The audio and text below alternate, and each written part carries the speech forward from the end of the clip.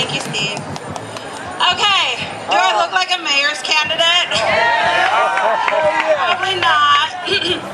And when I'm back in Seaside, I do dress a little more conservatively. But here in Portland, where the motto is weird, I love that. And one of my favorite parts of my whole life is getting to come up here to the Hempstalk Festival and let all my weird out for 2 days. So thank you so much, Portland, for having us, for keeping it real and keeping it weird. So it's true that I am running for mayor of my hometown, which is Seaside, Oregon, and some of you probably have been there and you're all, ooh, Surrey's and Laffy Taffy and all that stuff. So I just want to say a couple of things. If you do come there, please clean up the beach and leave it clean.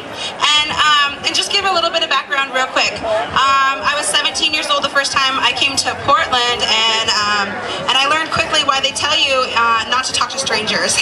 I kind of learned the hard way, and a police officer sat down with me and kind of schooled me on some people that maybe I should stay away from.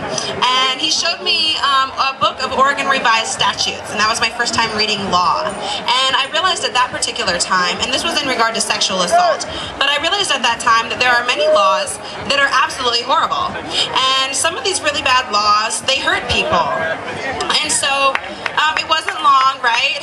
And it's not just in regard to cannabis. That's the issue that we're all here for, and that's awesome. But there are so many laws, and there's a thick law book of Oregon revised statutes, and many of them need to be repealed. Many of them need to be altered, and many of them, unfortunately, are in regard to sexual abuse of children and young people and women.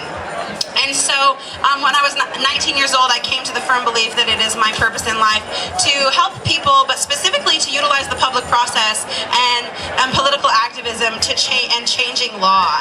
And so in the future, I do hope to change Oregon revised statutes, especially in regard to some sexual abuse laws.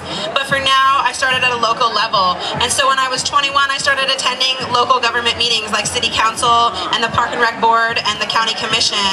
And at age 22, I settled on what would be my very first political action group, and I founded that, and that was the Seaside Skate and Ride Park Committee. And we were working to get a skate park built in my town.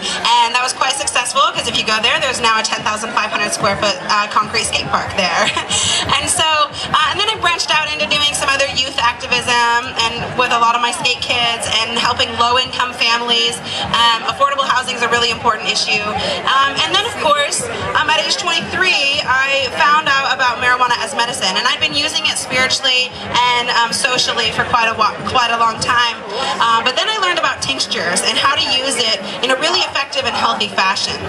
And previous to that, I had been really sick as a child. I went to the emergency room for the first time when I was 10 years old, and I'm diagnosed with migraines, and that's why I'm now a medical marijuana patient. And it used to take about 24 to 36 hours out of my life, and I would puke and puke and puke until I was dehydrated, and then have to give me an IV and some Demerol and another couple of drugs.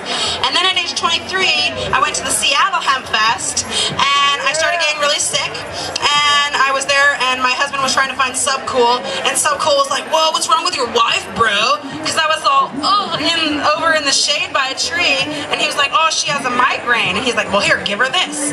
And he gave me a tincture, and he told me that, like, a part of my head swells up, so I rubbed it there, and I rubbed it on, kind of like where your temples and under your tongue, where the vein is close to the surface of your skin, and bada bing, bada boom, it was gone. I didn't puke. I didn't have to go to the emergency room. I just fell asleep and woke up hungry and refreshed. It was amazing. I started calling it my magic migraine medicine. And so then I got involved in medical marijuana activism. And so now I am running for mayor of my town. And for being a 31-year-old female that's very open about her cannabis use, it's gone a lot better than I would have expected. And I think that the reason for that is because people are ready for change.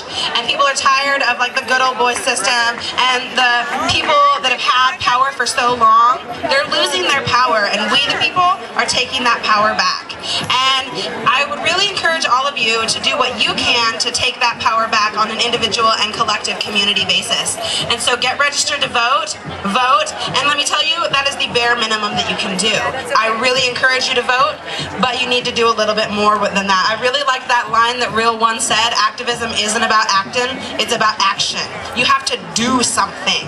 And even something as simple as wearing a pot leaf while you go and do some volunteer work, cleaning up your park or reading to children. That is a good form of activism and action, and it's really love in action.